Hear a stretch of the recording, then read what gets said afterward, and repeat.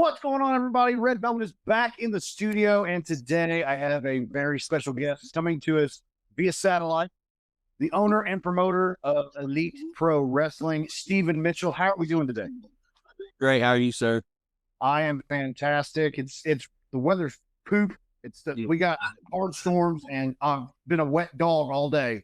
So I've been looking forward to this interview. Maybe heat me up. So Believe me, I am looking forward to this all day. I'm like, oh man, I got the podcast tonight. I can't wait. It's gonna be great. And then I got off work and time wait. Tink. I said, dang it, hurry up. Let's go. Yeah, it's podcasting's fun, and meeting new people all the time is so much fun. So for those who don't know, what's the background? Stephen Mitchell. Who is Stephen Mitchell? The floor is yours, sir. Well, thank you, sir. First and foremost, let me get this out of the way, because we might run into some issues with just me. Because of my brain cancer that I had in its remission and my concussions, I tend to sometimes have a hard time words, stuttering, or things of that nature. It's like I know I want the word I want, I can't say it, or I don't know the word, and it's like I know this word. So just getting that out of the way. I'm a father, business owner, I guess, and contracted employee at a company here in town. But no, Stephen Mitchell's just Stephen Mitchell. You know, I've loved wrestling for quite a while, and had an opportunity about 8 years ago to start a company, and I jumped on it. I was a wrestler in the past. I retired years ago, I think now, in a great match at EPW as a casket match. I had a blast, but you know, I'm just me, a father first and foremost, and then I guess a wrestling promoter, booker. And that always confuses me. It's like I'm an owner, but I book the show and I promote the show. Can we just have one title so I don't have to like, yeah, owner, booker, promoter? So I'm the guy, but I learned a long time ago I'm not the only guy, and you can't run a successful wrestling company being the only guy. I have 3 business partners, and I have a creative team, a board of directors. I've got a new announce team. I've got my ring crew. I've got tons of people behind the scenes that make EPW. And that's what's cool is I've been to one EPW show, and seeing how organized and how everything was running, because when we were talking to each other, I was like, do I got to do this? Do I got to do this? You're like, no, you just come to your job and you go home. And I was like, are you serious? That's it? That was like a gift for Christmas. Yeah. No, in the past, our commentary did set everything up, but now we've streamlined everything. And with the new headsets and everything being streamlined, I can put the stuff together in like 5 minutes. So I'm like, yeah, let's not worry about it. I got production guys that can do it. You guys just come in and do your job. Okay. So before we jump all the way to EPW, yeah, how did you become a wrestling fan? What was that moment that you're like, oh, this is it? I'm probably going to get a lot of hate for this, but I didn't get into wrestling until the mid 2000s. Okay. I didn't follow it in the past. I don't know, and this is my memory issue thing. I don't know if it was because we weren't allowed to, or we just didn't have the cable to see it. I didn't really get into it until, you know, like I said, the mid 2000s, my high school years. And I just had friends that were, hey, you got to see this wrestling stuff. You know, we do it in your side yard all the time. Now this is the stuff on TV. You gotta go in there and do it. And I'm like, all right. So I got into it, started watching, you know, big ones, Stone Cold Steve Austin. My name's Steven. I was like, dude, that is awesome. I wasn't bald at that time, but I am now, so it kind of matches up. You know, I fell in love with wrestling, and I started watching it, and you know, I was like, man, this is so cool. Started doing it more in the side yard with my brother and our neighbors and things of that nature. But you know, never really thought of it. Didn't know nothing about the independent scene. Didn't even know that existed until well later. But yeah, no, I mean, I started watching it because my friends told me, hey, dude, this is cool. We beat each other up anyway, so let's watch these guys do it in the ring. And it was just downhill from there, or uphill, whichever way you want to call it. Yeah. So when you started watching, so that was about the Attitude Era. Yeah. And that in my opinion, that's the greatest era. Attitude Era. That was where I was like, and you know, I just watched an interview I don't remember what it was for, where it was at or whatever, but they said that, in the Attitude Era, there was just no one guy. They didn't just have one guy that was their top guy. They were throwing this guy out there and this guy. So you got to see all these different characters and different styles of wrestling. And that's what I think made it interesting is there wasn't just focus on one guy, one guy, one guy. It was, hey, does this guy go? Hey, what do you think of this guy, this guy, this guy, this guy? So all the different characters really drug me in. Kane, Undertaker, Triple H, just to say a few, like those guys, I was like, holy cow, I really enjoy this. I enjoy the presenting, at that time I was just, oh, this is so cool. Everyone's just beating the hell out of each other. Oh, wow, there's a beating up my boss. Steve Austin gets away with this. If I would do that when I got a job, I'd get in trouble. It was just so cool. It connected with the fans on a different. Mhm.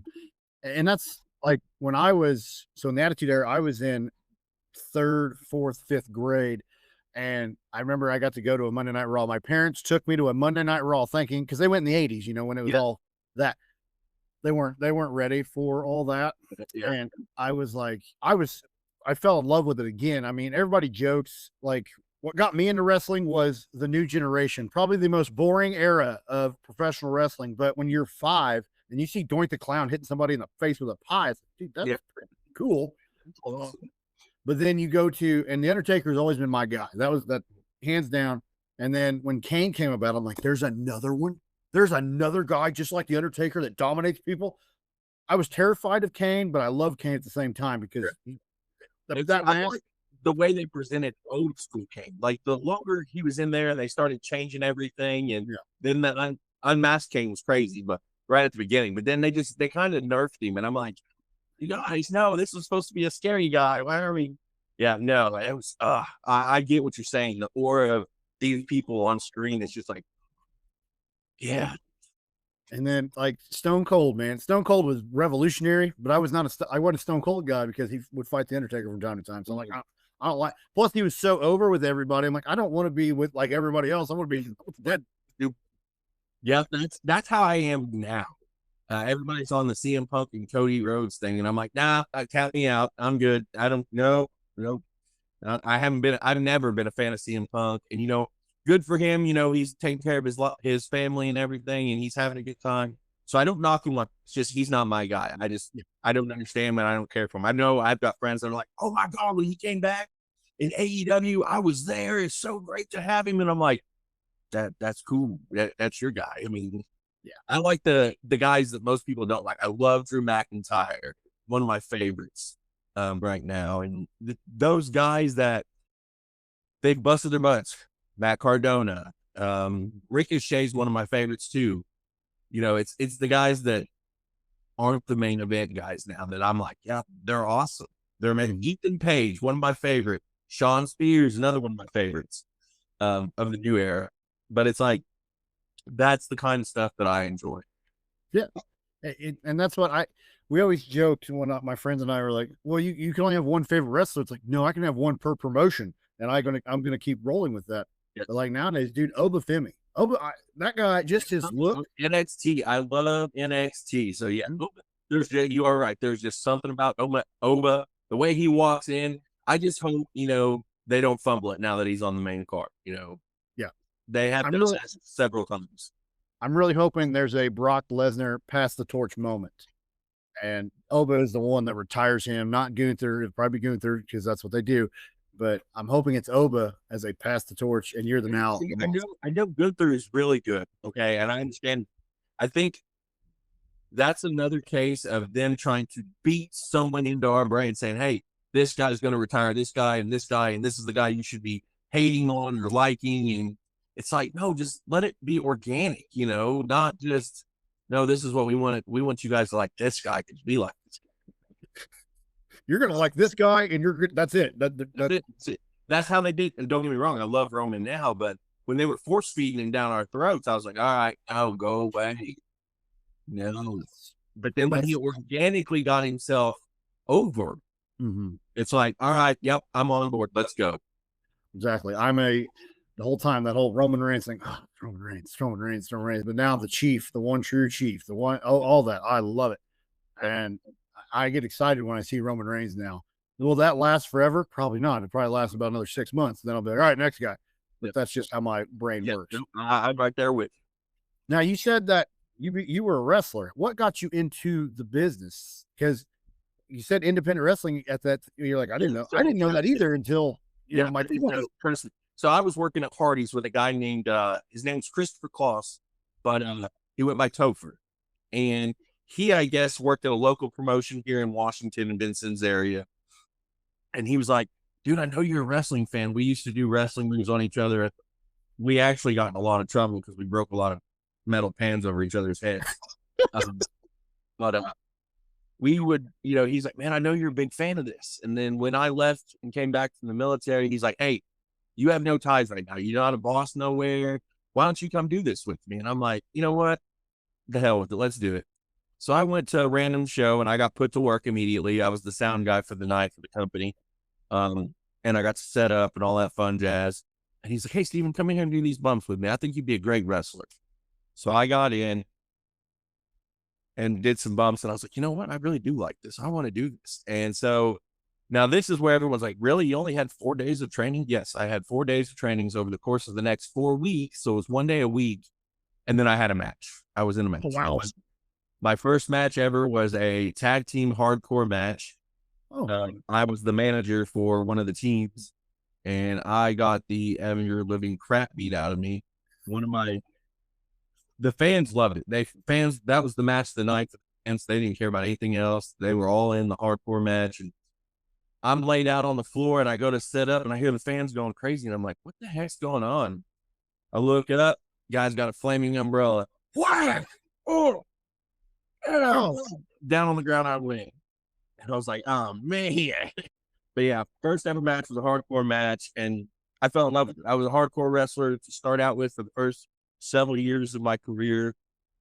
And then finally I got trained by another guy, where I was trained by multiple guys, but one guy started teaching me the importance of, selling and how the card builds to the end. And you can't go out there and take a chair shot in the first match and no sell it that's the finish of the main event. And I was like, okay, I really do need to take a step back and start looking at this at different angles. And that's when, I was just like, I went out there and I had fun, but at the same time, I didn't kill the rest of the show.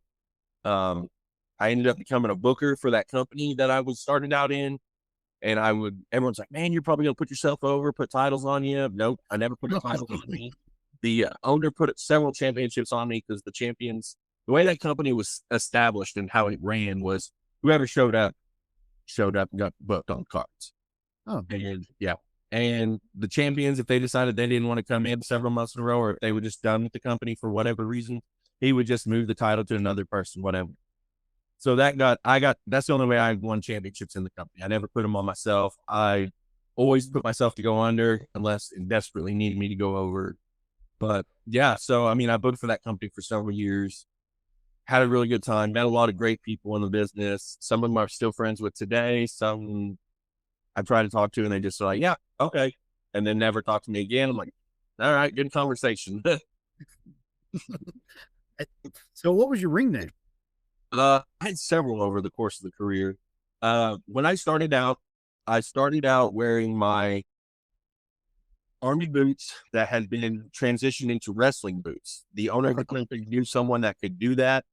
And so he took my military boots and then changed over to wrestling boots. So put on a rubber sole on the bottom of them. And I wore camo pants and a t-shirt. And they called me Section 8. But not for housing. It was for a crazy discharge in the military. So I was Section 8 for the longest time. And then when my character started to develop and I had been wrestling for a couple of years, and I started buying professional gear, boots, knee pads, kick pads, the whole 9 yards, I transitioned to the name Zane Arkham because I'm a huge Batman fan. I actually have the symbol tattooed on my chest. But I changed to Zane Arkham and I carried that name until I retired. Okay. And you retired when? Wasn't this last November? It was November beforehand. So November 24, I retired. Okay. So pretty recent. Yes, it was very recent. when I was diagnosed with brain cancer, I didn't take a year off. I still went to all this other company shows, still booked the show, still set up the ring, still did all that fun jazz. But I got to a point where I was like, I just wasn't having fun. So I took a step back from entering. When I came back and was cleared to wrestle, and I just wrestled sporadically here and there, but I still put together shows. And then that transitioned over to EPW later on, where I only had, I think with EPW in 8 years, I may have had like 6 matches. But then I was like, you know what? It's time to ride this character off, say goodbye, give somebody the rub on the way out, and help boost them in the company. So I gave Jared Savage the rub. He's the one that retired me in a casket match where I damn near broke my freaking knee and ankle. If you ever get the chance, you need to go watch the show on YouTube. Watch the match. I can send you the links. I am, to this day, 8 years. You know how tall my ring is, okay? Mm-hmm. I'm the only one to jump off the top of the turnbuckles outside. That's like 12 feet. Probably, well, close to, yeah. And my dumbass decided to spring off the ropes too. So I had another, like, you see, and I'm like, everyone's like, why'd you do that? I said, I don't know. And I overshot. There was like 6 people on the ground. I overshot all of them. Oh, wow. I hit one in the face, landed straight concrete, ankle, knee, bam, I was out. Oh, I could barely stand to finish the match. When I got rolled into the casket and rolled back, they're like, all right, Steve, let's get you out. I said, you guys are going to have to pull me out. I can't stand it. I can't. Yeah. It was bad. Several days after, I was hurting pretty bad. When you landed that, were you like, okay, retirement sounds pretty good now? Yeah. Oh, instantly, I was like, man, I still have 5 more minutes in this match. I got to finish, and I got to be able to get up for a choke slam. I'm like, all right, let's do this. This sucks so bad. But wow, it was rough. Mm-hmm. Now, EPW, what that came about? What made you want to own a promotion, be a promoter? What made, like, that's a big undertaking. That's not just like, hey, I'm going to try this out. It's a very serious investment and money and time. For most of my career before I started EPW, I had talked to several people about starting a company. And, it was always my idea. Mainly the reason behind it is I didn't want, in the old company I ran, I was the booker, but the owner would pretty much change everything I would say. Or we fought several times. There was one time I straight up just told him to kiss my ass in a meeting in front of everybody, because I would tell him, hey, this is what we're doing. And he's like, no, we're not going to do that. We're going to do this. I'm like, no. Or he would take all the credit. And I was like, I know what I can do. And I'm like, you know what? I'll just save up my own money, start my own company. I had several people lined up to work with, but then that all fell through and nobody would do it. Well, then that last year that I wrestled for them, it was December of 2017, because we started in 2018. December 2017, we were running in Vincennes, running for that company. And I was just like, I get to the building and, something just feels wrong. I don't want to be there. I hate it. I'm dreading it. And I've always said that when you get to that point, it's time to leave.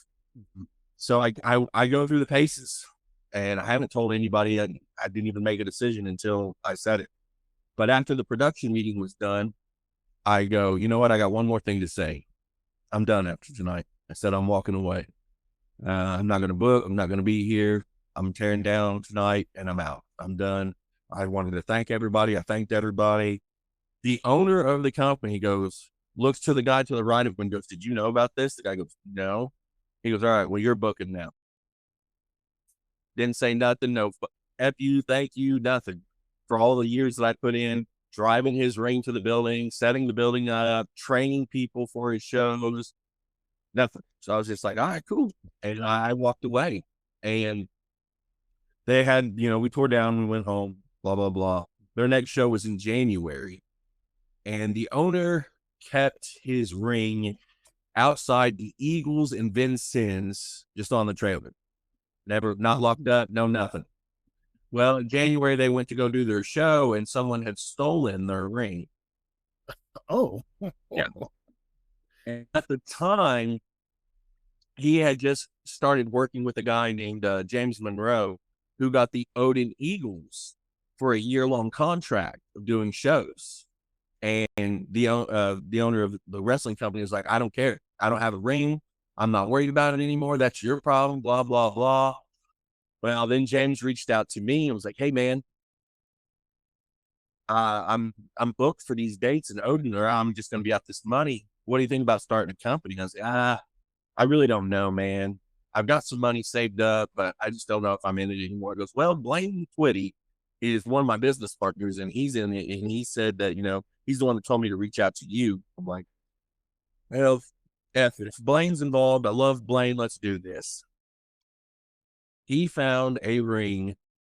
I can't remember if it was like Milwaukee or wherever, but it was God knows where.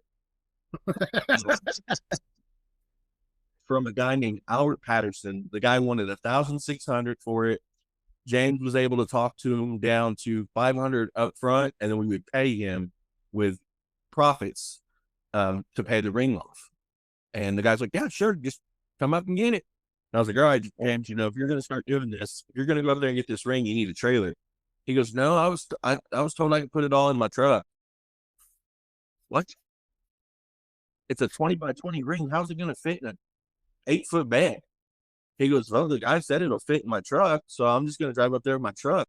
Oh my gosh. So I was like, well, you're going to need gas money and things like that. Make sure you bring that along. And so I gave him the money, and he went up there. Now, the thing about James Monroe is he had a silver tongue. This dude can talk you to sell your grandma to him. He could get anything for dirt cheap or free. And I mean, he had a silver tongue. So he left on March 1st. Our show was March 3rd. Oh, he drives up there, pays this guy. The guy signs the contract that we had wrote out about paying him monthly and everything like that. And then starts his way back. He arrives at the venue March 3rd at 10 a.m. straight drive. It took him that long to get back. His truck comes around the corner, sitting about that far off the ground. Loaded down above the cab, the hood, loaded down with everything. Luckily for me, the owner of the ring, Albert, he came down too. He got a hotel room though, and he came down a day early. But he came down to show us how to put it together. Because my ring is not the standard ring where it's, just the cross X beams, things like that. No, my ring is pretty much 4 small rings put together with a giant car spring in the middle. So it takes, and everything has to be in the proper space, otherwise it won't work. So the guy showed us how to do it. Come to find out, James gave him like $200 because he used the rest in gas and things of that nature. And the guy was all for it. He was like, yeah, no, I'll still honor the deal. You guys just have to pay me, until you get to that amount. And so we did. I mean, I put about $5,000 into the ring and other necessities into it. But, that's how I was like, you know what? Let's start a company. And it's been not downhill. It should be uphill from there. I mean, we've done nothing but great things. yeah, it's been awesome. What were those early days like at EPW? As you're all trying to figure everything out, like who were some of the pillars that you leaned on to be your stars? Well, see, and that's the thing is, I will say this: we have. See, Alan, I think Alan's one of the only ones I think that still wrestles for us. Goes by Tyler Six. That was there at the first show. He was actually in the first tournament to crown the heavyweight champion. A lot of the guys that we had were just people that Blaine knew that wrestled in the area, the independents, because Blaine's also a wrestler and he wrestles several different promotions at the time. And it was just people that he knew that he could bring in, and they worked. And, it took us a full year to crown our first champion. James wanted to have an EPW title right off the bat. I said, no, you got to build people up. It doesn't make sense to just, oh yeah, this random guy that you've never met before is going to be the heavyweight champion tonight. So we built it up. For the longest time, our EPW heavyweight championship was cursed.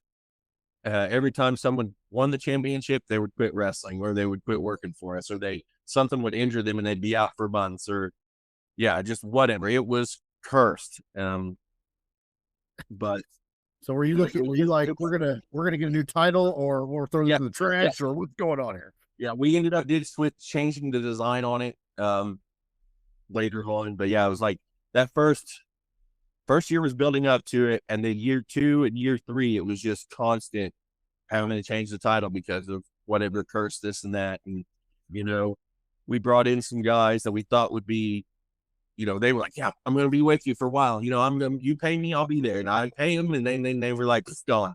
Like, but that is the thing of professional, independent wrestling is, you know, there's no contract. So a guy could be there one show and then you're going by word. I will say nowadays, and I mean, my problem nowadays is I only have so much room and so many people that I work with that, you know, have been loyal that I just don't have the space for. And I feel bad. But, you know, those first couple of years were rough, but we did start growing, establishing people. We were stupid at one point in time, and we moved from Odin and went to Illinois. We lost all of our fan base because nobody from this area is going to go that far over there for wrestling. And we ran over there for a year, and then that fell through. So we came back to Odin, who were more than happy to offer me the same contract that James had all those years. And better, I think, in my mind, because now I can. At first, they wouldn't let me book over a year. So it's like I wanted to book March of next year. I had to wait till the date in March this year before I could book next year. Now, I went to know this last year to book up, and they're like, so, Steven, how many years do you want to book up? I'm like, whoa, let's just get through this one first, guys. Yeah. Let's not rush it. I can't book out 10 years in advance. Let's just go a year at a time. Yeah. I was like, I got other places I would like to go. I don't get me wrong. I love Odin. If I had that building in Washington or in Vincennes, I would book there forever because I love the studio feel, the small and compact area. I'm not a big open area gymnasium guy. I like the studio compact area. I think it gives a better atmosphere. It makes the fans feel more connected with you because you're literally almost in their laps. Absolutely. So I really like the building. It's just the location is horrible. That building is awesome. I thought it was a church when I first went in there, but it's a community center, right? It's a community center, correct? Yeah, and it's nice. I mean, yeah, it's a smaller venue, but when you get everybody in there, it's packed. Like it looks like a gigantic packed building, and it's really cool to see, and it's a fun atmosphere. And that's why I'm going to give you a plug. If you've not been to an EPW show, please go. There's one coming up, and next week. No, well, when this drops this Saturday. So. Yeah, I had to do my math. Math doesn't work too well with me. Me and that. No, I struggle with math all the time. Now, what championships do you have right now? Currently, we have 3, but at our next show, we will be crowning a 4th. We have the EPW champion, which is our main title that's held by Clayton Clark currently. We have the Odyssey of the Elite Championship, which is one of our mid-card titles, and it's a very unique mid-card championship. Currently, it is sitting vacant because the previous champion cashed in last month to face Clayton. So the Odyssey title, think of it as a mixture of the Money in the Bank and option C from the X division. Okay. After 3 title defenses, they can cash that championship in for a championship opportunity whenever. After the champion's got his ass kicked, cash it in. Ahead of time, cash it in. Another cool stipulation with the Odyssey of the Elite Championship is the Odyssey champion that's cashing in gets to choose the match stipulation. Hey, I want it to be a bull rope match. I want it to be a thumbtack match, whatever. They get to choose. Next, we have our tag team titles, which are held currently by the Academy of Fire Arts. They are doing the free bird rule, so they can, any 3 members, technically 4 because Hardy, any of the members can defend the championships at any time.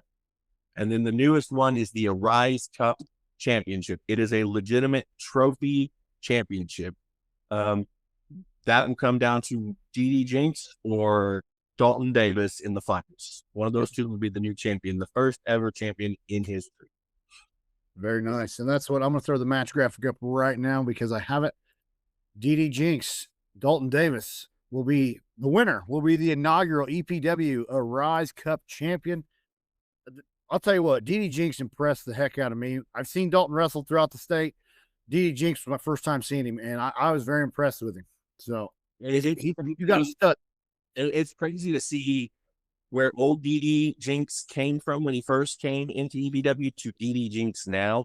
He feels like he's free, like he's released. Beforehand it felt like because he used to do this grandma's boy out of your grandma's basement, like space character, and it felt like he was very restrained and he didn't feel like himself. But getting to work with him and help him evolve and come out of his shell and really be DD Jinx, and it's just awesome. He's one of my favorites. Another one of them that's my favorite is Jesse Hart. I know these are both bad guys, and I'm not supposed to like him, but Jesse, to see where he came from, also to when he went heel, how he immediately changed his gear, changed how he walked, changed everything, and I was just like, bro, good job. That's what it's all about. Is you gotta make that graphic change of, hey, I was a good guy, I looked really cool, and now I'm like, hey, I hate you. I'm a bad guy, I don't like you. But yeah, those guys are it's awesome to work with the talent that I get to work with and see everybody, Dalton included. He's grown. I've seen him grow. Clayton Clark, I've got to see him grow. Another one that I love, and I actually have in my office a bunch of different flyers, is Kindle Fire. From his he was heavier set to where he is now to everything in between. I've got his gradual body transformation. And not only that, is he thanked me not too long ago because I was one of the only people that saw the Mr. Broadway gimmick as a main event character and not a joke. At one point in time, Terry was bringing him a mic headset for him to sing to the ring.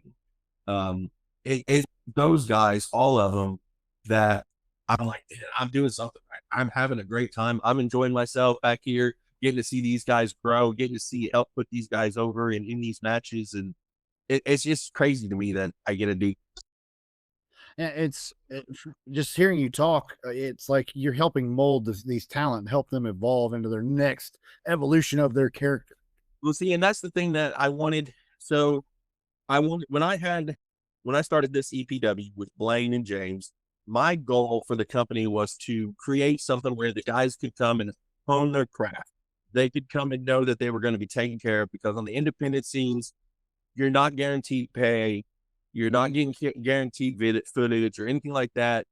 Go out there, you put your body on the line, and sometimes you get nothing.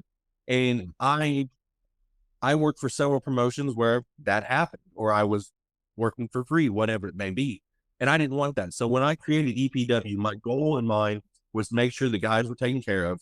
They got paid, guaranteed pay. They got footage. They got free promo pictures. People are treating each other with respect and helping each other grow. And, one of my favorites was Matt Maverick. Before he retired this last year, he was in the back helping people produce matches. And same with Dalton Davis. Some of these younger guys are kind of lost trying to figure out how to do their match. And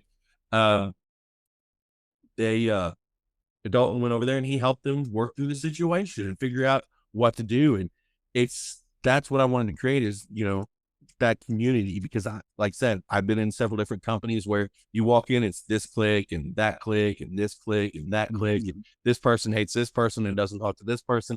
We don't do that here in EPW. We try to help each other. I've set down guys bigger than me that did not follow my policies and would get mad. Things happen in the ring. It's natural. I walked in, this was years back. I walked in on a guy just belittling this green guy, and because he messed up a spot in the ring. And I was like, nah, man, dude's like 2 foot taller than me and about 100 pounds bigger than me. He's like, nah. I was like, nah, man, you sit your ass down. You talk to him like an adult and you guys sort this out. And then you shake hands and you walk away. I said, I don't deal with any of that ego or I'm better than you.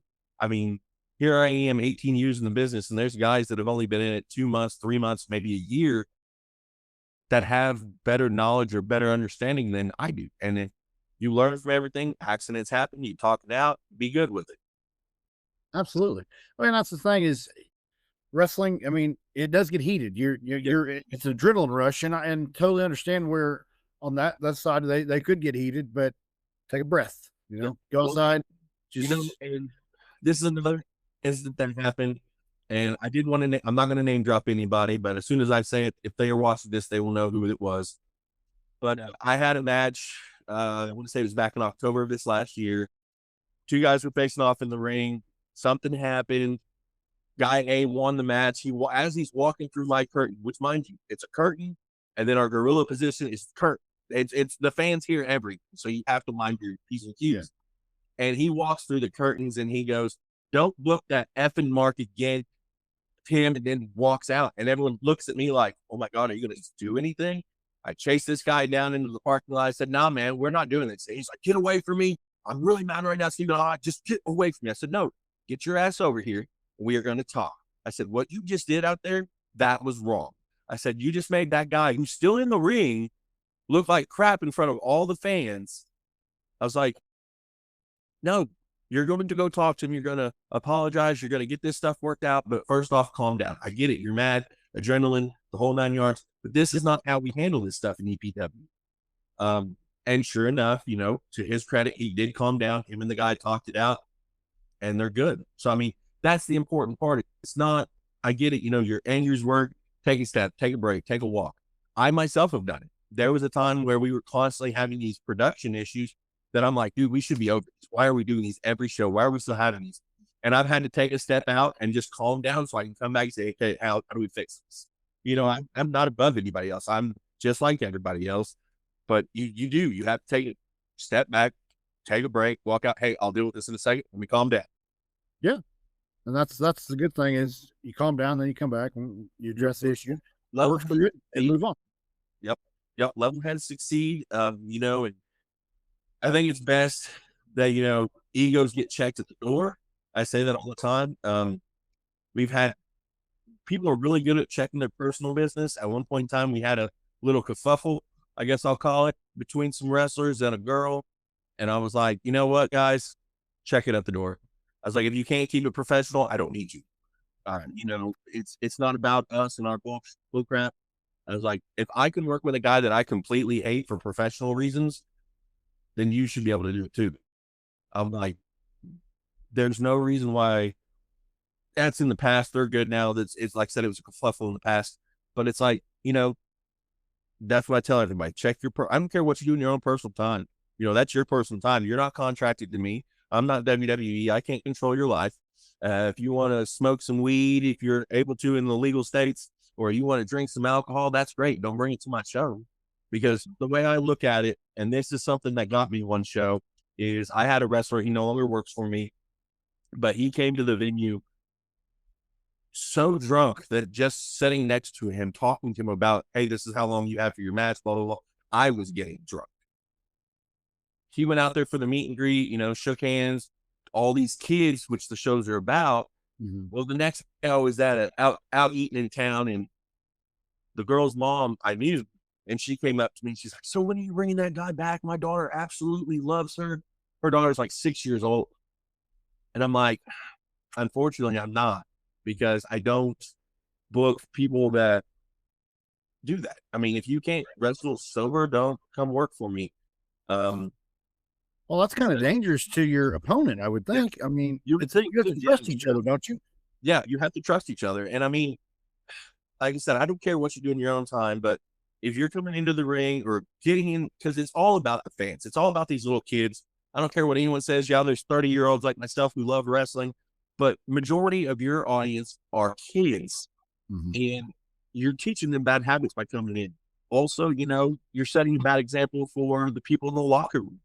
Um, if I, as an owner, just kept letting this guy come in drunk, it's like, oh, well, then I can do that. I can come in late. Um, I'm a big no-go on that guy. I hate being call time's 5 o'clock unless it's an emergency. There's no reason why you shouldn't be there by 5 o'clock. Right. But if you're showing up door after bells already rang, you're coming in late, you're causing a scene with who your opponent is or whatever because you're drunk. I don't have, thank you. Go do whatever. I get it. Maybe you're somebody somewhere or something, but you're not for not for me, not for my locker room, not for the environment I'm trying to create. I'm trying to create an environment where everyone knows they're taken care of. There's water, there's craft services in the back for everybody. You can have free concessions, make sure you guys get what you need. So that way, in the end, you're going to give the fans what they need. Absolutely. Absolutely. And that's what I liked. It's very professional there. I mean, you are one of the few promoters that I've worked with that provide call sheets ahead of time, you know, and I love that because that saves me from running around with my laptop chasing people. Like, hey man, I need notes. Like, Well, you provide the notes. for the longest time, we've had the same crew of not just announcers, but I mean commentator, but announcer and things of that nature. So it they had all the information. They would come in and get it, but I was like, you guys are coming in hot. And I was like, well, I'm gonna take this step above, and I'm gonna create these call sheets till you guys get the lay of the land, get everybody, and then that way I don't have to do it because you have everything. Absolutely.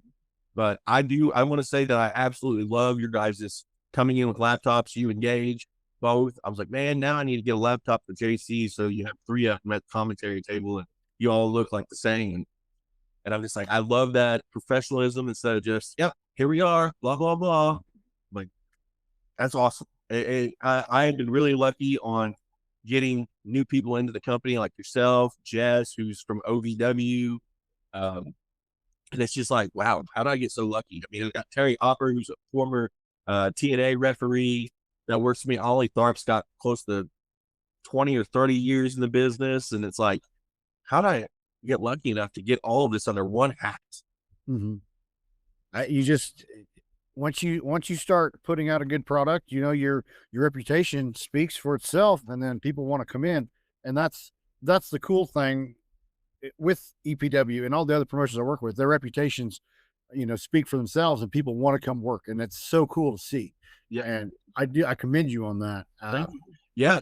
Talking about that is it's crazy too. Cause like our Facebook page apparently gets, sends, people are watching us all the way down to like Florida and Japan. I've had people from Maine, California reach out to me about coming in and wrestle. And I'm like, I would love to, but you're way too far out. And is, I've been there. I know what it takes and I'm very negotiable, but Yeah, how our shows we're still around and how our shows are still around is I run off a very tight budget absolutely. and I have to stay on that budget.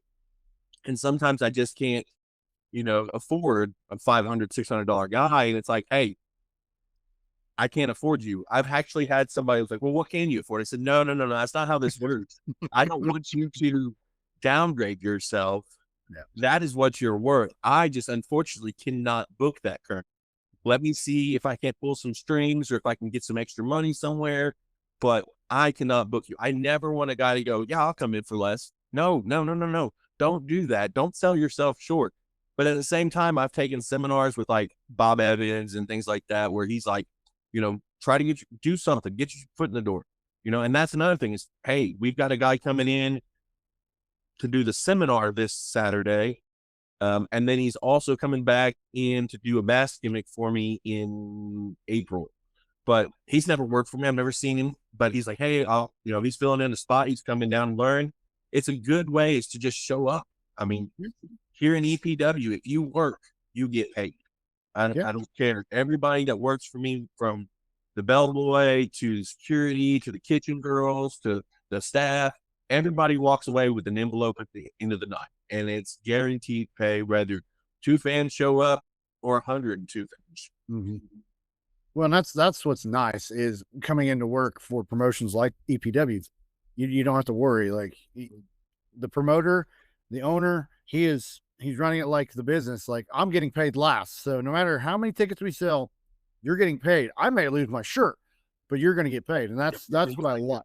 And I commend you on that as well, because there's some people that would be like, I'm getting paid first, and see y'all, thank you. Well, and like I said, I don't want to throw shade, but I mean, it was how it was. In the first year, one of the owners, I'm not going to name who, he thought that he deserved pay over everybody else and over our bills. And I'm like, nah, sign it. I want this company. If you want me to be a part of this, this is how it goes. And I was the one that had to make sure things got paid, make sure that the ring guy got paid, to make sure that, he didn't try to come take our ring from us. And that was, that was the selling point of him deciding to walk away from the company. I was that first year, me, Blaine, and this other guy, we made no money whatsoever. And, we dug our asses into a hole. And he was like, yeah, well, I don't, him being a businessman in his eyes, he's like, I just don't see this as a foreseeable thing I can do. So I'd like to be bought out. So we bought him out, and away he went. Right. And then that's a good transition to my next question. I mean, you're now approaching year 8 Yep. of EPW, and they say overnight success takes 5 to 10 years, and you're right in the middle of the overnight success. I, you got to be proud. I mean, that's got to make you feel good You because I'm sure in year 1 you're like, I don't know if we're going to make it to the end of the year. Yeah, I didn't year 1, I didn't know we were gonna make hell, we survived COVID. Yeah. So, it's like, I didn't think we were gonna so when the first owner walked away, and it was just me and Blaine, and then we bought 2 more people, I think 1 or 2 people bought in as owners. I was like, "Well, I still got Blaine," because at that time, I didn't have the booking knowledge that I have now, or the catalog of talent that I could reach out to. Blaine did. That was Blaine's whole thing. That wasn't mine. Mine was showing up, putting the ring together, and just running the show when I could. Well, then during the COVID era, Blaine left, and I'm thinking, "Oh crap! I don't know anybody." I was like, I know we have our handful of talent that we're using, but like he brings in a lot of people that I have no clue who is who or how to even contact them. So I'm like, oh crap, are we gonna go down? Is this it? But then we kept going. Um, in all of the years, I've had Blaine James, um, that one guy that I can't remember his name, but I fired. Lee, Benny, JC, Lori. I've had seven or eight business partners. Mm-hmm. Um, and they came and gone. One of them, like you heard me talking to myself, I fired. He cost us a building. So I was like, "Hey man, I'm sorry, I just don't need you anymore." And the funny thing was he just got so mad that he started walking away. And I was like, "Hey, do you want your money, your buyout money or not?" And he just turned around, waddled back, grabbed it, and took off. And I was like, "All right." He's like, "Well, we're leaving. You don't need us tonight." And I'm like, "Well, I could use your ref friend, but whatever. See ya." And then another one, she quit on me because of once again, hey, we got to make sure the wrestlers are getting paid first, no matter what. Even if we don't make any money, we got to make sure everybody's getting taken care of. And she didn't like that. She thought she brought enough money just doing the concessions. And, she's like, "No, this is my thing." And I was like, "Well, I'm fine. If you want to just run concessions, that's great. You're no longer an owner." And it made her mad. I think she still hates me to this day. But I digress. But, and then luckily I got, started working together with Lori and JC, mom and son. We work really well together. Lori's kind of like that, even though she's only like 10 years older than me, he might slap me for that. I really don't know her age. She's the You're one treading deep water right there, pal. yeah, like she's the one that keeps me in line to not buy stupid stuff, but she's also been the one that's been like really supportive of me of, "Hey, yeah, no, we need that. Let's get it bought. Let's get it taken care of. Let's do the deal." But then she'd be like, "No, Steven, we don't need that. We don't need $1,000 rotating stage. Shut up." No. I'm like, "But it'd be so cool." She's like, "No, we don't need to waste the money." All right. But I got really good with them. And then just here recently, at the last show, the one you were at, Blaine came up to us like, "Hey, what do you think about me being an owner again?" I said, he came up to me first, and I was like, "Oh, wait, no, I gotta go talk to them first. Let's go talk to them before I say anything, because I'm not the deciding factor." I say this as one of the original owners, and I could be the dick that goes, "No, this is my decision," but I never make a decision by myself ever. I have my business partners, and if we're talking about the board of directors stuff, it has to be unanimous vote. I've got my my production crews that they talk, and we talk about how we should advertise, how we should do all this. And I guess it's a democracy to where there's all these votes, and it's not just my say. It's not a dictatorship. Where I could be like, "No, I'm the only original owner that didn't go anywhere. I decide." And I'm like, "No, it's not good for business. I mean, it's not." And like I said, I've got several people that have come to work for me that I value their opinion, and I 100% am the type of person that, no, I'm going to go ask them. I'm going to go talk to them. I need to see what their thoughts on this or where we're going to go. Yeah. And this was last year you made that decision. You pivoted to your shows are a rise, like a Monday Night Raw. You pivoted Yep. from every show's different name. And that was the thing is, So not only that, but so the overall for the past 3 or 4 years, I think it's four, our overall recorded shows would be a title. Like one year was Dynasty, one year was before OVW started Rise, we had Rise. We had an entire year where the whole online part of it was Rise. Okay. And then each month they had different names for the events for the fans in attendance. But then they were all labeled under the Rise, Horizon, uh, Dynasty. There were several different names. And then I was like, you know what? I want to go back to the Rise gimmick. Then I was like, crap, OVW using it. And I was like, well, we'll do a Rise. So we'll just call all our events a Rise. And then our super card events will have 4 special names to just narrow down where I don't have to think of a new name for every event. Yeah. And that's what you have coming up is Wrestleversary.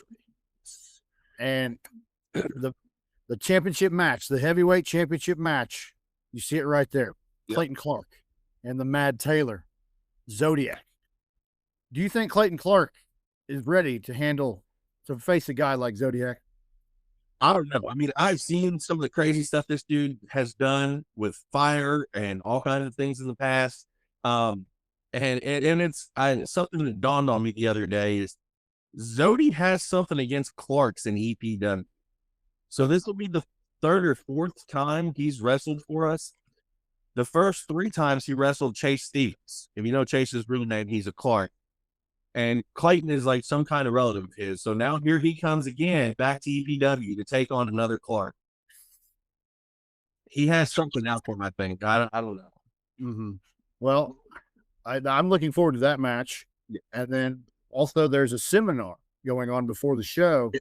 And can you go into detail about the importance of seminars and why people need to attend seminars to get better?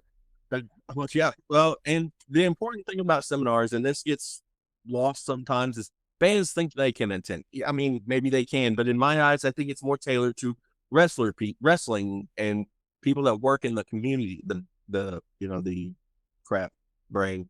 The wrestling community. Yes, the wrestling community, and not more geared towards the fans because it peels the curtain back too much for them. Or maybe it is. Who knows? Maybe it would help them. But I know the seminars are like little mini training sessions with guys that have gotten several years in the business. Zodi has multiple years in the business, wrestles from multiple states. He's an amazing person to learn from. He helps with character and ring psychology. I've been to, this is our 3rd one with him, and the first 2 were amazing, and I'm betting this one's going to be good too. He helps so much.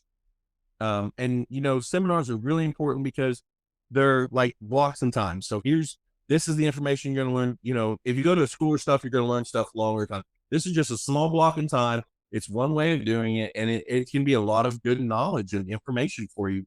And they're important because you should never think that I've been in this business 18 years. I've learned it all. I don't need to learn. I don't need anything else. I don't need to attend these. I don't need to get any better.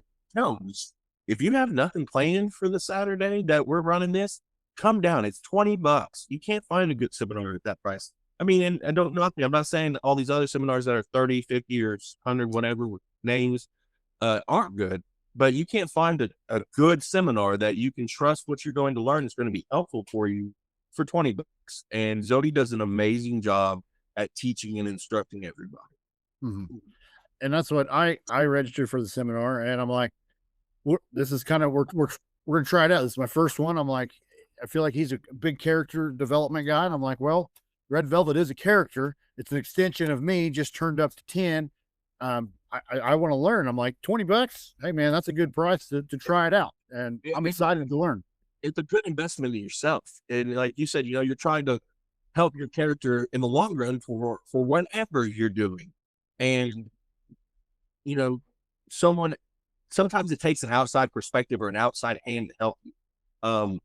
One person that I will mention that, like I said, I mentioned earlier, Bob Evans, he's helped me through numerous calls and talks and how to become a better promoter, how to get more people in the building, and, just watching and studying what he says on social media and all these other venues of wrestling that I watch and train with, that it's like all this knowledge, I'm soaking it up and then I'm using it to better EPW and myself. Okay, I'm investing in myself. Invest in yourself. Invest in your brand. Get out there to make you the best thing possible that a fan's going to enjoy and love. Absolutely. I got to give Brutal Bob Evans a plug. He's been on the podcast before. Love talking to the guy. He is an encyclopedia of knowledge as well. And He's actually, I don't know if he wants his eat or not, but I actually was talking to somebody in the beginning of February, and they're like, "Hey, if you bring in Bob Evans, I'm buying the hotel room for you." I'm like, "Really?" So that could be a possibility to bring in Bob Evans into the Indiana area. I don't know when. I haven't started working on anything, but I did find someone that was willing to sponsor a hotel room for him. So that's a big stepping stone to get him into get him into the company. that would be awesome. Please don't make that be September 19th. No, I haven't even. I think I've got till June. I haven't got September decided yet. That second half of the year. Yeah. Because a lot of things are changing. I got a meeting with Mr. Clayton Clark tomorrow. He's coming over to pick up some flyers to post up at work. And then we got to talk about things going forward with him. Sorry, I just looked down and my dog's just being weird. Got to talk to him about some things that have happened recently with some of his partners. So, yeah. I ask all my coaches on this. What are your show day rituals? Because I know like a typical show day for you is probably just pandemonium, but it always works out in the end. yeah. Something that it's crazy. Okay. So far, knock on wood, this happens every Friday night when I go to sleep before the show. I have the reoccurring nightmare dream that it's show day. It's 7:00. Ring's not even set up. And I'm like, oh, God dang. No. Reoccurring nightmare. But in 8 years, going on 8 years, we've never had that happen. We've always been ready when the doors open. We always start on time. So I was told, hey, take that as a win, because no company can really say that they've never not started on time. And I was like, yeah, well, we've never done it. I get up in the morning. I don't sleep well, stressing. My anxiety gets to me. So I may sleep 3-4 hours. Get up, make sure we go through a checklist of make sure everything's packed, loaded, everything's ready to go. The truck's got gas in it, got coolant in it, all the oil, everything's ready. And then roughly about 9:00 in the morning, I leave. I head over to Odin. I get there between 9:30 and 9:45. I'm the type of driver that I don't rush. No matter where I'm going, I leave with plenty of extra time. And I set the cruise, put the music on, and I just go. Pull in. Normally my crew I'll get there by like 9:30, 9:45. My crew don't get there till 10:30 till 11. So I just start unloading, start putting signs up out front, bring in the small things that I can. And then my crew gets there and it's just balls to the wall. Luckily nowadays we have enough people to where they separate. We've got like 5 or 6 people that put the ring together. 2 or 3 people go off and they set up our gorilla position, our entrance curtains, the whole 9 yards. I then write out everything for the show. We have 2 dry erase boards in the back with matches and segments that we record. Because if you just come to the show, you miss out on a lot of cool knowledge and storytelling, because we do record a lot of backstage segments that make it into the episodes on YouTube or on EPW exclusives. We do have on YouTube an After the Bell program where it's Jeremy Hamilton, the announcer, going and talking to the guys after their matches and getting their thoughts and what's going next and all that fun jazz. I mean, it really is a television production in an independent wrestling scenario. Absolutely. And everything goes. We tend to always have some kind of meeting before the show, not just the one in the back to go over the event, but like my board meeting, I'll either have a board meeting, a creative meeting, or some kind of meeting that I'll be in over and we'll talk and I'll sort some things out. And then the show doors open, show starts. I am one of those guys that I don't want to be part of the show. It's not about me. I'm not like most promoters where it's me. I need to be in the matches. I need to, heck, the guy that trained the company I used to run for, the promoter was in every match that there was a healing because he managed every heel. But, and I'm not that guy. So I have a voice of the board who is our general manager. That's Terry Hopper. If he's there and he's feeling well and he's there, he does all that, making matches and stuff like that. And he's the figurehead. I'm the guy that hides in the back wearing the Hell Denver ass shirt, just chilling. Not, I mean, just not really chilling. I never watch the shows. My anxiety won't let me stay still. But I'm always making sure that the kitchen's good, making sure craft services are good, that everything's going over production, cameras going, commentary's going, just making sure everything's running. I tend not to stop till I get home and cool off about 2 o'clock in the morning and then finally crash out after almost 20 hours. I mean, Yeah. it's crazy. And people are like, dude, why do you do this? Because it's awesome. I mean, one of my biggest and favorite things that we do is we try to make it special for the kids. Something that I recently started was I get one flyer left over from the show and I get everybody in the back to sign it. I find one random kid out in the audience and I give it to them, make their night, and it's crazy and just to see their smile on their face and that makes it all worth everything. I now have a kid that works for me, just started a couple of months ago. He just turned 16. He's now our gimmick gear, gets all the gear, puts it on the tables and stuff like that. Great kid. I guess it's not a funny story, but a good story I want to say is when he first started coming to the show probably 6 years ago, his grandpa would drive from Washington to Bedford to pick the kid up and then to Odin. And then at the end of the night, Bedford to Washington. Wow. Did this for every show. Huge wrestling fan. This was at the time we were transitioning from our cursed heavyweight title to our new design. I paid $700 for the first title we had. And he shows up to one of our Washington shows and I still have this, a custom cardboard made EPW championship. That's and awesome. I look at this kid and I was like, hey man, I got something for you. Sit right there. I went back. I grabbed that $700 title in the bag and I walked back out there and said, I want to make you a trade. This championship for yours. And he did it. And he still has that title this date. I still have the cardboard title. It's hanging in my office area. And it's like, that's what makes this all worth it, is seeing the fan like him spend their own hard-earned time making the title or just coming to shows or whatever it is. It's all about that. And something else that we do here is I partner with a local children's organization. It's called Friends for Kids. And what they do is they partner adults with kids to show them life skills and things like that, and to do things with them, like take them fishing and hang out with them and just help out needy kids and families. Yes.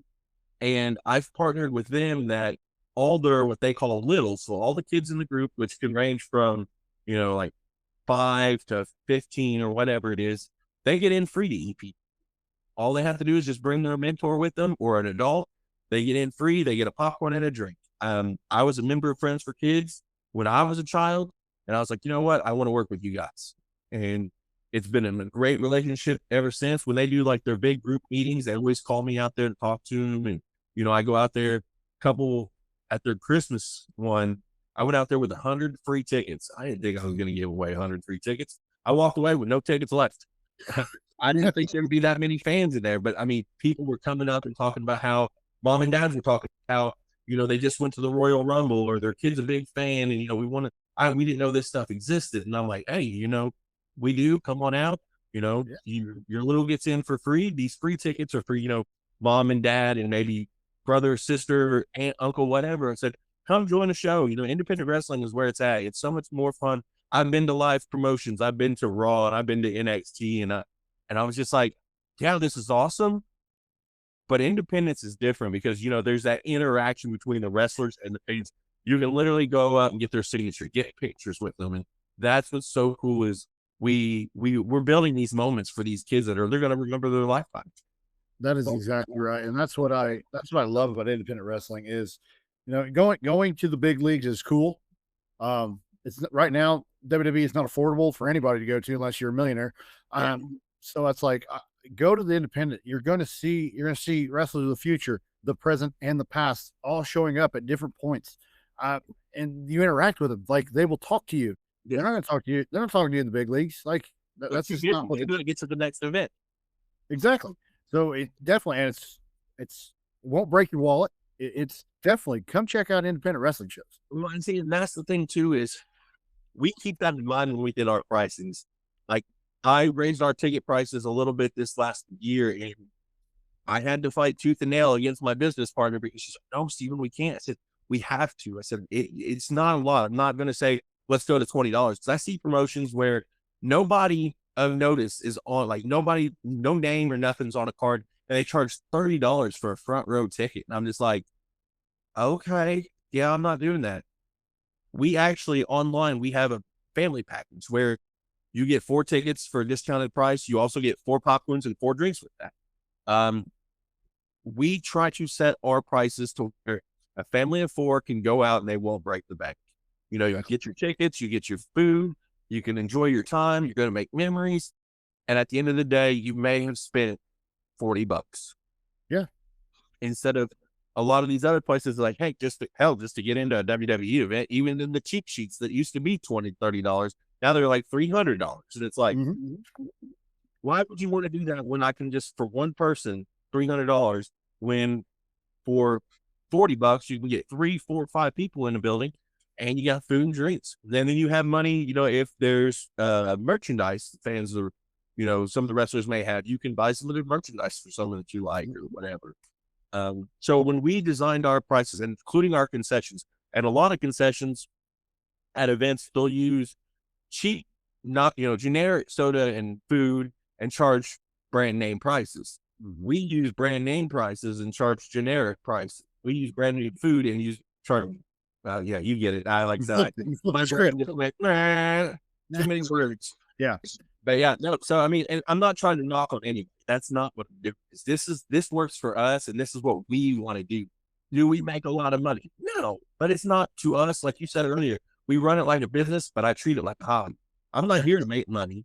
I'm here to run a business, make sure fans are having a good time. Wrestlers are getting paid. They're getting 4K footage. They're getting promo pics. They're having a good time, Yep. you know, and they're learning and they're developing and they're growing. And I get to help them do that because I bring in people like Zodiac and, you know, other people or myself, you know, people keep telling me, Steve, you know what you're talking about. You know, you should be offering this to people. Don't just keep it to yourself and think, because I'm always in my head, I'm always like, nah, I'm a nobody. I'm sure you've seen my post, advice from a nobody. Yeah. Yeah, that's literally how I feel. I'm a nobody in this business. People are like, no, Steven, you know what you're talking about? Shut up. I mean, I've had Terry Hawker, former TNA ref. He's told me, no, Steve, you know what you're talking about. Okay. You should be proud of what you know. And I'm just like, I'm too humbled, I guess. I'm like, I'm good. I'm just gonna, I'll give you the advice if you want it, but I'm not gonna be like, hey, here's the advice you need to do. You need it. You need to listen. Yeah. And being humble is awesome. Humble but hungry is what I like to say. You know, Yep. like we're gonna keep getting better, but I don't need the limelight, I don't need the accolades, all that. I just want to keep doing what I'm doing to make it better. Yep. And that's the truth. You know, it's like I mentioned it earlier. I hate going out there for any kind of segment or anything to try to build stories because I feel like, oh, here's Steven, you know, hey, here's Steven, the owner. Oh crap, Steven, the owner's here. And I'm like, no, it should never be focused on me. I'm just running the show. I'm putting on the show. I'm the director. I'm behind the scenes. You don't see me. And that's what I love about having, you know, Terry. He can go out there. He enjoys doing this kind of stuff. And he's like, this is one of the reasons why I only work for you, Steven, is because I get to do the things I love and I don't have to do things I don't like. Mhm. Well, that's the good thing is having that role of people with you to do the things that you don't want to do or may not be as they may be better than you at Yeah. something. And it's like, well, go, you're better. Go do that. I will be over here. My strengths, you go do your strengths. And that's it. You know, you play off each other's strengths, like you said, and it is very much that. And sometimes you get lucky. Like we got Jess from OVW working for us now, and it's like she just made this awesome teaser video thing on her social media, and I was like, that is awesome. She's the one that she came in and she came up not getting paid. She came up to watch a show because she had applied for our backstage ring person, announcer, not announcer, but Interviewer. interview. And I was like, hey, why don't you, before we say yes on this, why don't you come up and see if we're a fit for you? And that's the important thing is, making sure everything fits. I don't want you to force to do something you don't like. Well, she came to a show. She absolutely loved the things we were doing, just like what you had said. She liked that we put our timers on the TV. And then she was like, hey, but also these are some of the bad things. And she just had two little nitpicks. But she then offered, hey, we were having trouble with our switching between entrance videos. Like you would see the mouse and the cursor and the whole 9 yards. You see a blank screen or whatever. And she's like, well, this is the program that OVW used to use. They no longer use it. And then I downloaded it, learned how to use it, sent it to our production crew. They downloaded it, learned how to use it. And now we use it. And everything's a seamless transition between videos. And it's like, that was her input.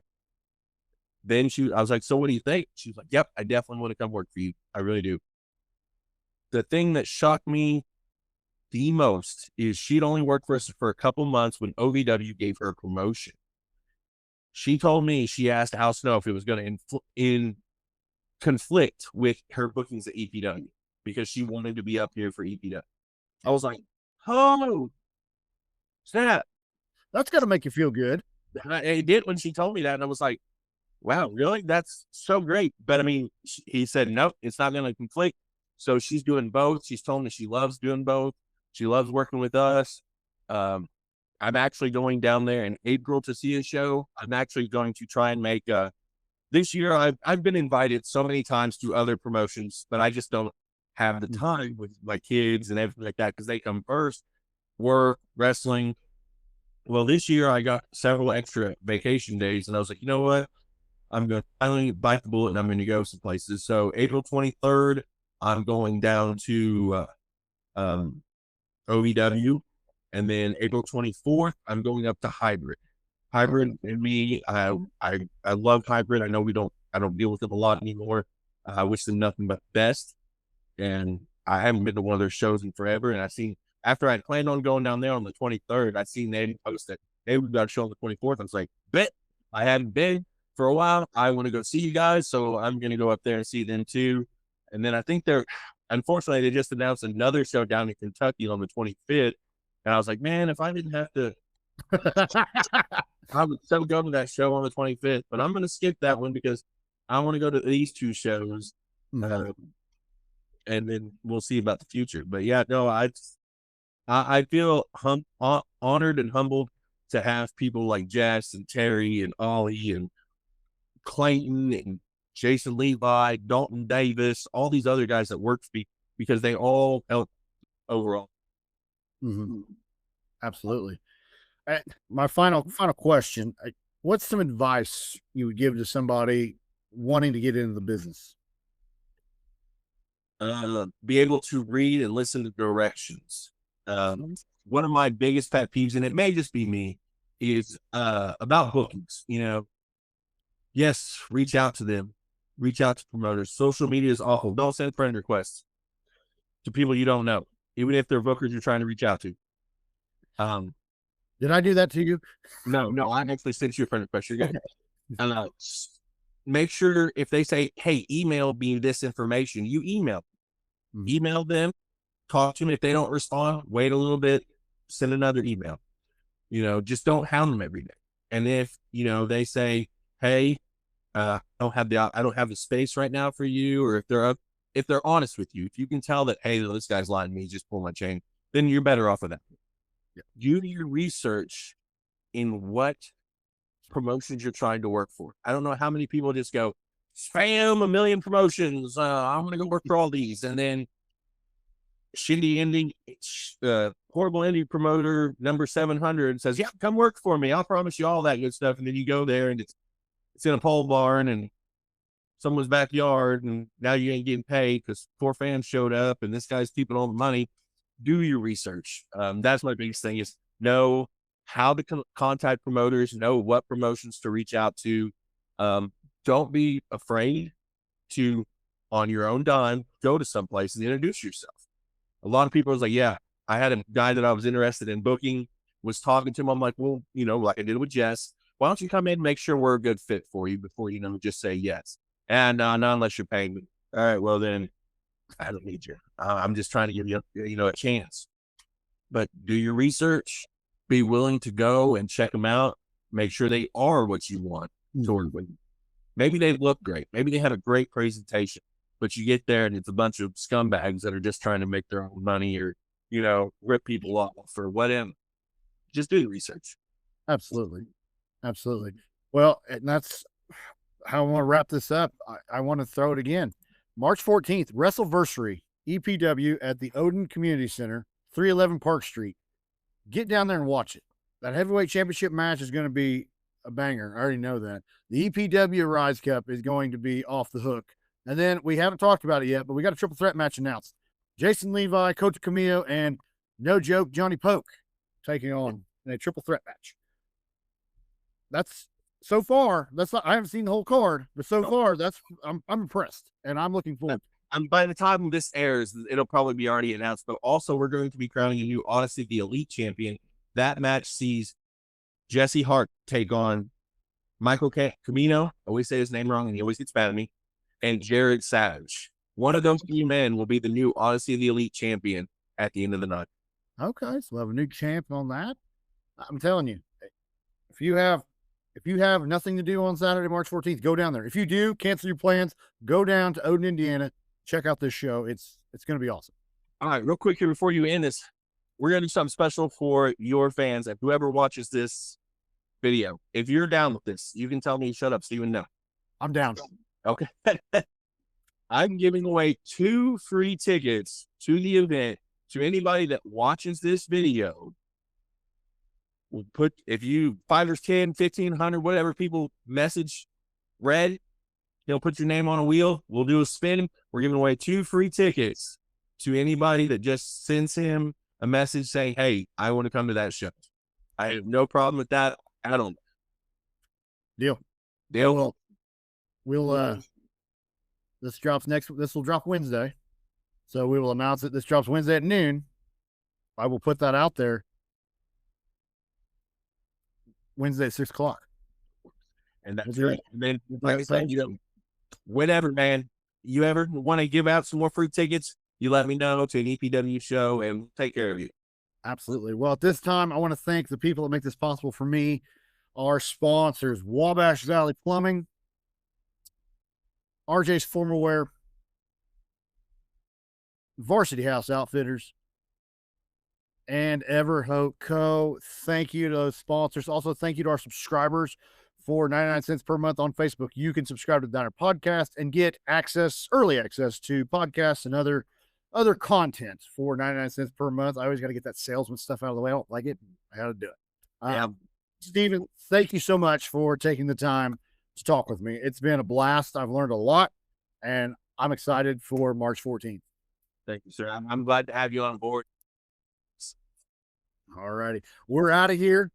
Love you all. Keep pushing.